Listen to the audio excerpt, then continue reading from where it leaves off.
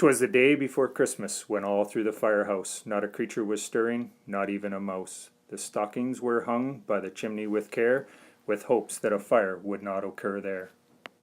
The children were nestled all snug in their beds, while visions of sugar plums danced in their heads. And Mamma in her kerchief, and I in my cap, had just settled down for a long winter's nap.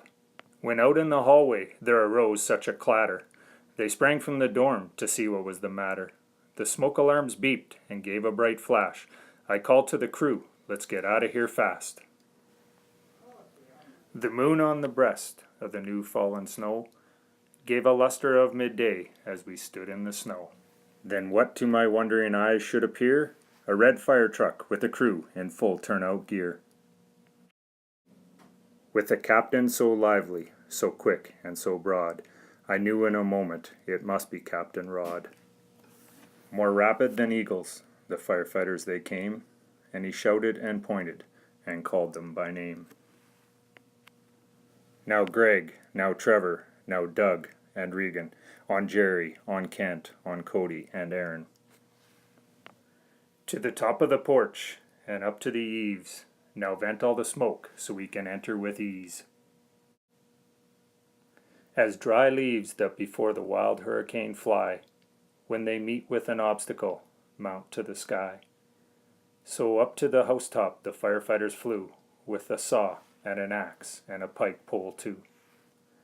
And then in a twinkling I heard on the roof the cutting and chopping and each firefighter boot. As I drew in my hand and was turning around, the firefighters made entry to my house with a bound.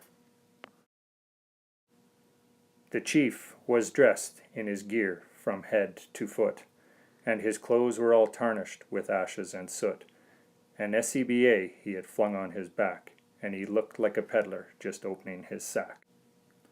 His eyes, how they twinkled as he watched his men work. He then looked over at me and gave a small smirk.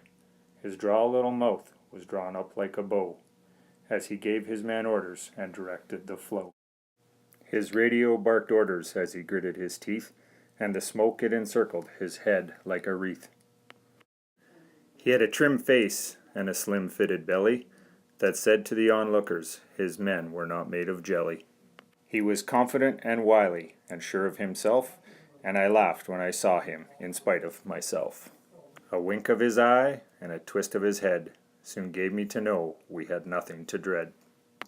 They spoke not a word, but went straight to their work, and put out the fire, and then turned with a jerk, and laying a finger to the side of his nose, he ordered his men to roll up their hose.